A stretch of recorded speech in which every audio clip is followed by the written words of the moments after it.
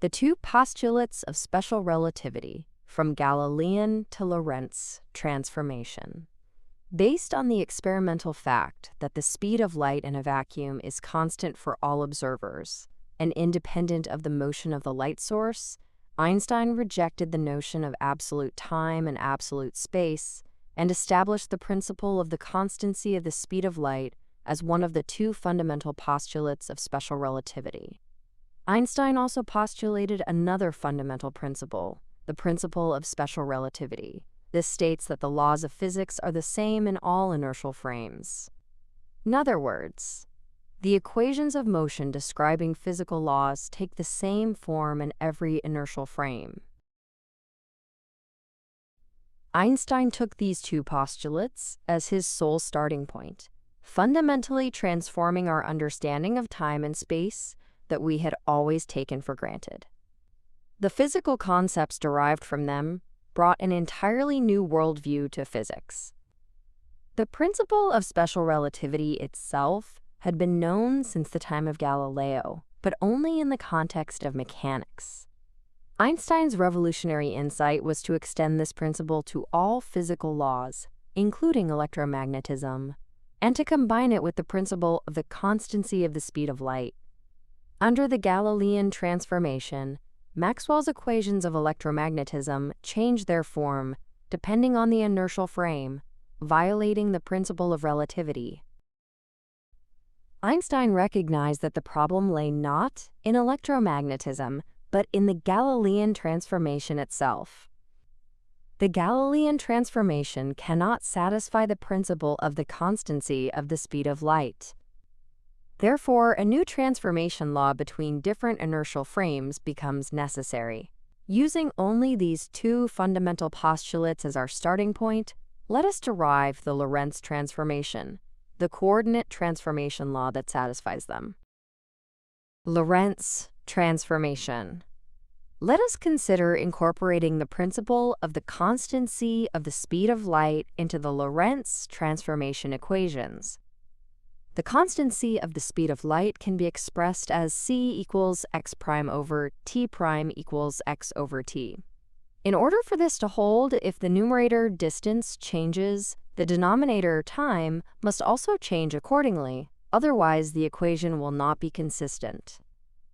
Writing the equations for the two frames as ct prime equals x prime and ct equals x respectively, we can see that by using ct prime, time can be expressed in terms of the spatial coordinate x prime, and similarly, space can be expressed as time multiplied by the speed of light, ct prime.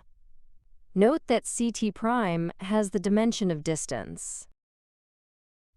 Furthermore, since t prime not equal t, ct prime should be expressible in terms of ct through some transformation.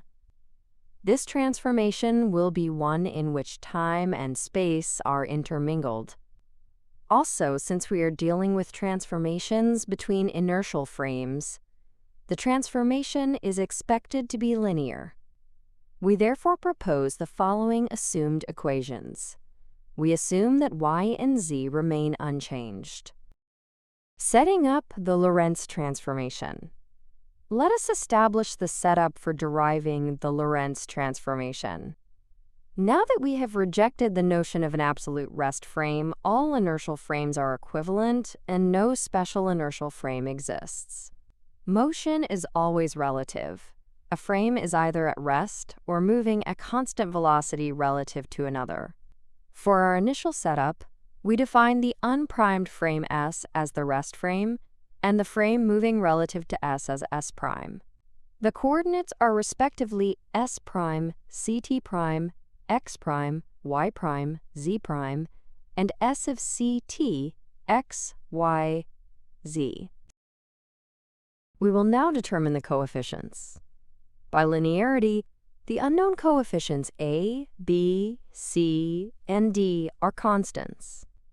In equation 2, since S prime moves at constant velocity v in the positive x direction relative to S, the coefficient d is positive.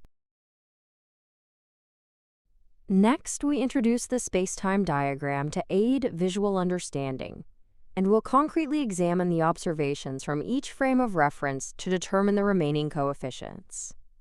From the principle of the constancy of the speed of light, the trajectory of light traces a 45-degree path ct equals x in the ctx diagram of every inertial frame.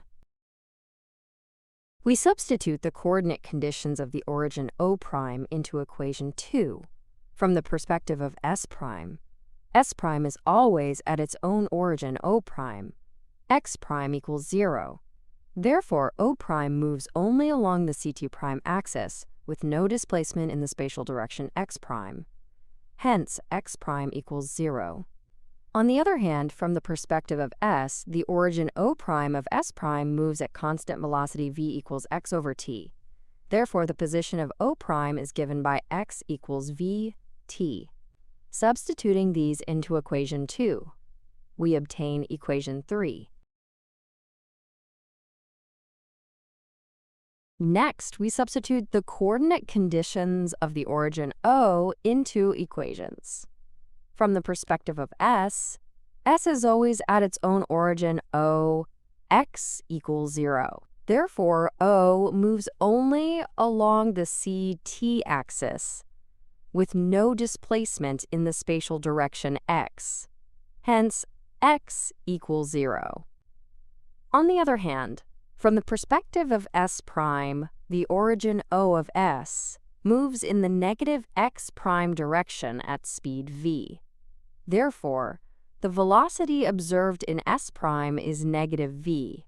V equals minus x' over t', and the position of the origin O is given by x' equals minus v t'. Substituting these into equations 1 and 2, we obtain equation 4. Solving equations 3 and 4 together, we obtain A equals D. We define gamma as gamma equals A equals D. Substituting the determined coefficients A equals D equals gamma and C equals negative V over C times gamma into equations 1 and 2, we obtain equations 5 and 6. Let's find the remaining unknown coefficients, B and gamma. Here, we apply the principle of the invariance of the speed of the light. The speed of light is constant in all inertial reference frames. In any frame, light follows a 45-degree path in the ctx diagram. Hence, x equals ct and x' equals ct'. Substituting this into equations 5 and 6, we obtain equations 7 and 8. Determining the coefficient b. This section involves calculation, so please pause the video and work through it at your own pace.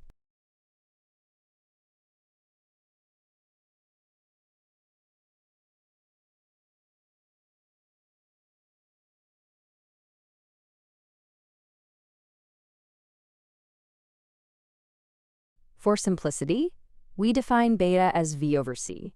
We obtain equations 11 and 12. We have now derived the forward transformation equations, but gamma has not yet been determined. Therefore, we will derive the inverse transformation and compare the coefficients to determine gamma. First, we solve equations 11 and 12 for ct and x. Determining the coefficient gamma. This section involves calculation, so please pause the video and work through it at your own pace.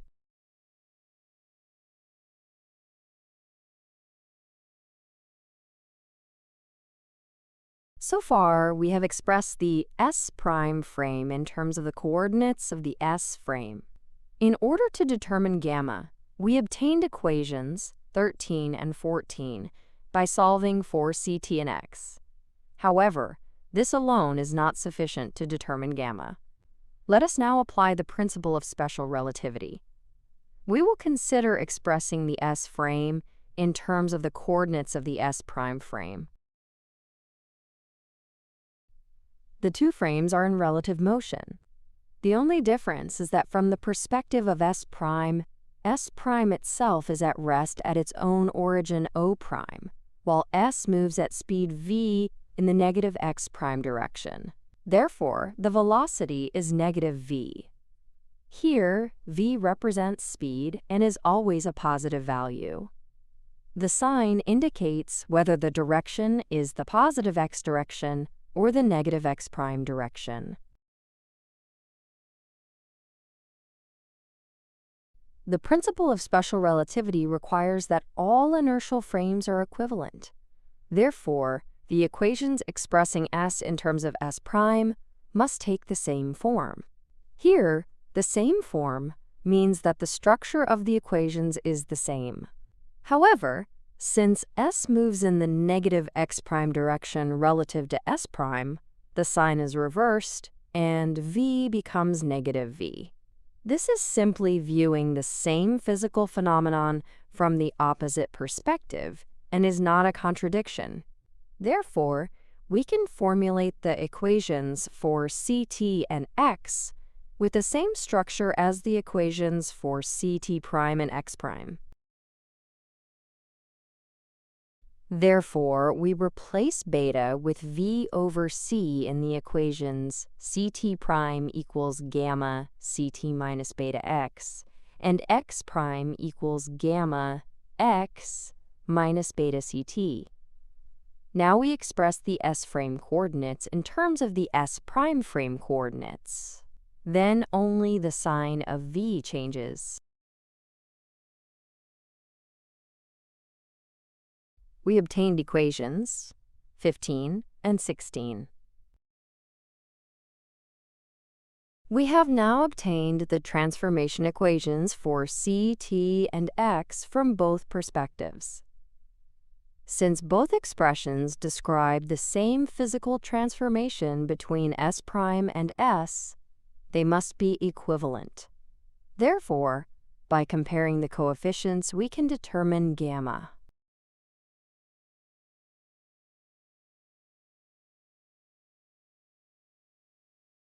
Since d was positive, gamma is also positive. The coefficient gamma has been determined. This gamma is called the Lorentz factor.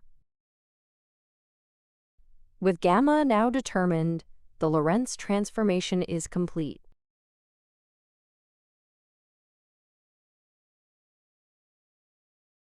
The inverse Lorentz transformation.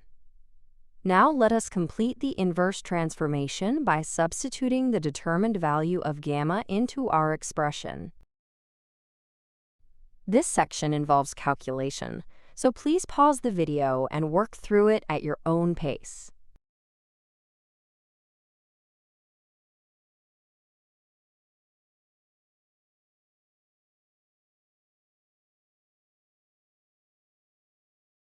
We have now obtained the inverse Lorentz transformation.